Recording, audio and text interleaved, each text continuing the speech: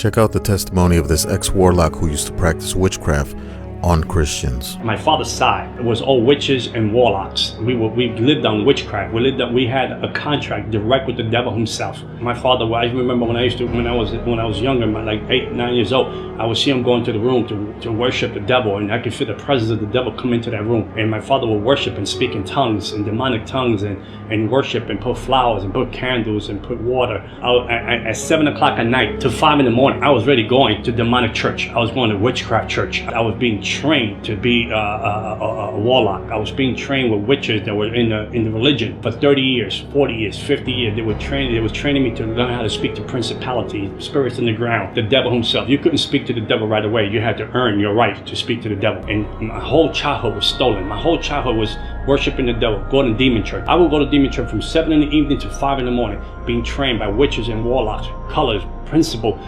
rights. Who owns this region? Who's in this region? Who's running this principality? What principality name is this? I had how to channel powers.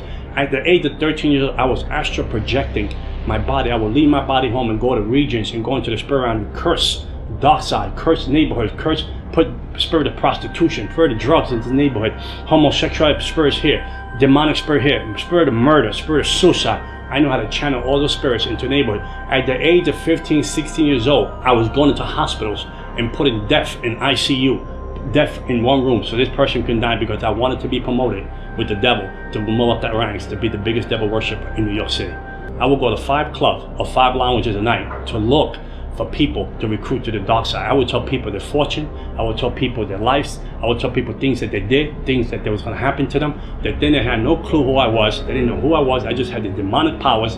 I had a taste for blood. I would kill animals and drink the blood every week. If I didn't have time to buy an animal, I would cut myself and drink my own blood. The ring of the people that I was with that was in this demonic world, doctors, lawyers, principals, judges, police officers, they were all into witchcraft. There was all, even singers today that are very well known. I would move principalities from that region to control demons on the ground, to operate the church, to cut down the church, to cut down the growth of the church, to cut down the opportunity for people to get saved. I would be drunk. I'd come out of a club and I would have demon possessed, drunk. I would stand in the middle of the street and say to God, come down. You want some of this? You want me to slap you in your face? You want me to spit you in your face? You come and mess with me. If I tell you I was going to kill you in 30 days, you prepare your funeral, you was going to die in 30 days. I don't care who you were, I don't care who you knew, I don't care what you call yourself. If you were Catholic and you said you were Christian and you said you were a believer, I was going to kill you. Unless you had a real relationship with Jesus Christ. And the lady that lived downstairs, she came up and she told me, my husband is cheating. I want you to kill the woman that she's cheating with. Put a witchcraft spell on her and kill her. How much you charge me? I said, well, come back. I'm going to speak to the devil, my daddy, and I'll let you know. Come back in a couple of days. So the lady came back. The devil told me what to buy. He said, buy a coffin box, buy 21 black candles, buy an image of the lady, put her in the box, to do the witchcraft, to kill this lady. So we were going to do her for 21 days. She was going to die. After 21 days, we were going to do her funeral. So when the lady came to me, I said, I'm going to charge you $10,000. I told her to kill the lady. She said, sure. She said, I tell you what, I know you. You've been good to me. I go to your house parties. Give me $7,000. I'll give you 30% off. I said, I'll kill her. Give me 30%. I take 30% off the 10. Give me 7,000. So when the lady was going to leave my house, she said, by the way, she's a Christian. She said, the lady's a Christian. I said, I'll kill her for free. I said, I don't need the money. I said, I'm going to kill her for free. I'm going to teach these Christians a lesson that they're going to learn. I'll kill her for free. I told her, I don't want your money. I'll kill her for free. So I did the voodoo thing. I did the witchcraft thing. And 21 days went by. The lady didn't die. A month went by. The lady didn't die. And I was like, wow, what's going on? I mean, my reputation's on line. So I called the devil, I called the demons. I was signed. I increased the witchcraft. I increased the witchcraft. I doubled the witchcraft on it so she can die like overnight. Nothing was going on. Nothing was going on. I was home at night and the devil shows up. And I feel the presence of the devil comes into my house. And then the devil told me, we have to abort the plan of the lady that you want to kill. And I said, why would we want to abort the plan? My reputation on the line. I'm a witch. I'm a warlock.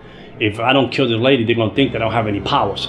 The devil said, you don't understand. The God that she serves said, don't leave her alone. Don't touch her. And I said, who's this God? She said, the God that she serves. So I was so angry. I said, no, but let's get 1 more week. Let's kill her. And he said, no, the God that she serves said, leave her alone. From the witchcraft that I did to the lady, she should have been dead in less than 21 days. We had a book in New York, in America. I was the third person to get this book that has symbols of the book, of different demons, of different principalities, of different way of killing people through witchcraft. And this book was so, no one had a copy of this book.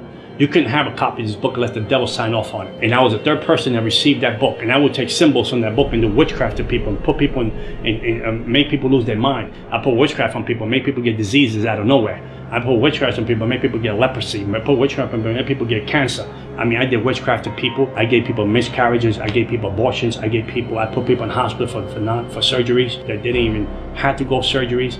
I did witchcraft so people can lose their minds. I put spirits of bipolar, schizophrenia. I put spirits of disease on people. I put suicide spirits on people. I'd be up all night long praying and talking to the devil. When Christians can't even pray for 1 hour. The spirit realm is more real than the natural realm. And we fail to see that. And whatever is not covered with Jesus Christ is an easy target to bring down. Like the atheists, I can kill them easily. They were easy to kill. The Jehovah's Witness were easy to destroy. Moment out of it was easy to destroy. The people that will walk around and say we don't believe in the devil, they were easy to destroy because they will not seek any spiritual help. I brought Christians to their knees, not to prayer, because they had no power. It wasn't because your God wasn't all powerful. Don't get me wrong. Because your God was all powerful, the vessel was weak. The vessel had no prayer life, the prayer had no fasting life, and they had no relationship with God. There was a form of godliness in the person, but no power. The person was weak. The person had nothing going. He had a Bible, he had the right suit on, she had the right dress on, but there was no connection with Jesus Christ because you was out of his will, you was out of his promises, and you was out of his divine purpose. And I had you, I own you, I had you as a slave.